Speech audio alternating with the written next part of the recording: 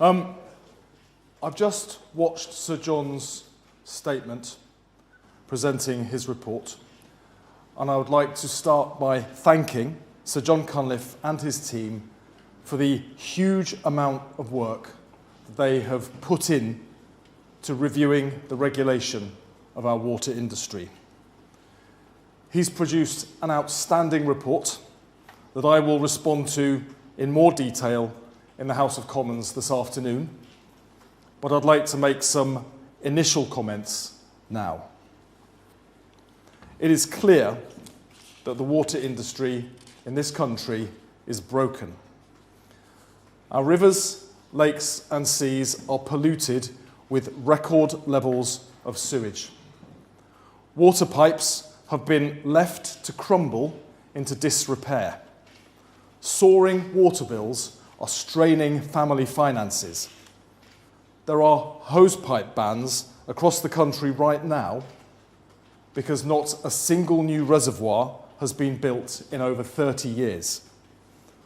The lack of water infrastructure is holding back economic growth. Water companies have been allowed to profit at the expense of the British people when they should have been investing to fix our broken water pipes. A broken regulatory system let them get away with this, failing customers, investors, and the environment. The public expressed their fury in the last year's general election, and they voted for change. That change will now come. In just 1 year, this government has put in place the building blocks to clean up our rivers, lakes, and seas. First, we have restored accountability by giving the regulators more teeth with a ban on unfair bonuses, severe and automatic penalties for breaking the law, and jail sentences for serious offences. Second, we've launched one of the biggest infrastructure projects in British history to clean up our rivers, lakes and seas. £104 billion of private sector investment will rebuild the water network, upgrading crumbling pipes, repairing leaks, and building new sewage treatment works around the country. This is the biggest investment in the water sector's history, and it allows me to make a new commitment to the country. This government will cut water companies' sewage pollution in half within 5 years. This is the most ambitious sewage reduction target that any government has ever set. Over a decade of national renewal, we will restore our rivers, lakes and seas to good health. The third building block for change is today's final report from Sir John Cunliffe's Independent Water Commission. It offers a blueprint for fixing our broken regulatory system so the failures of the past can never happen again.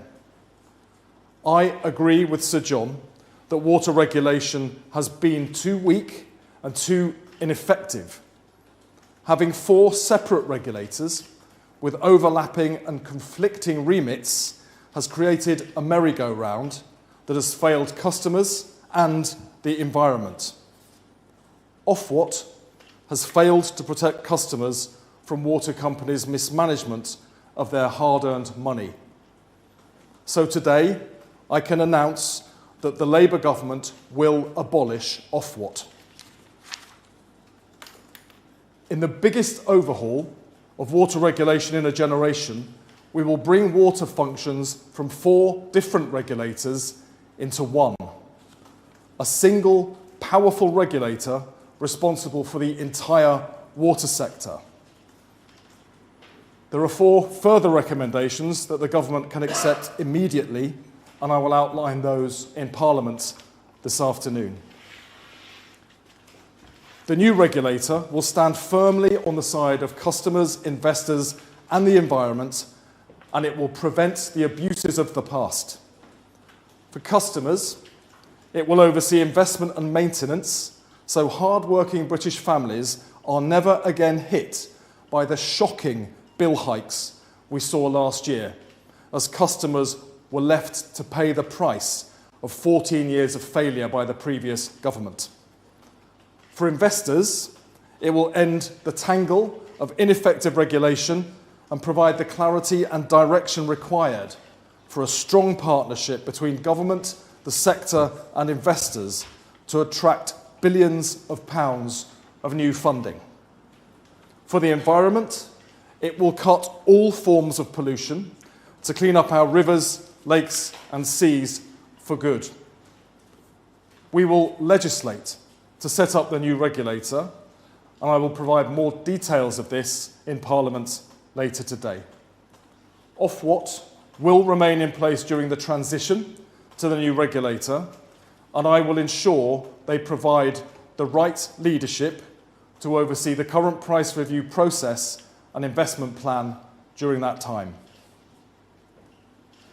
This Labour government was elected to clean up water pollution and stop unaffordable bill increases.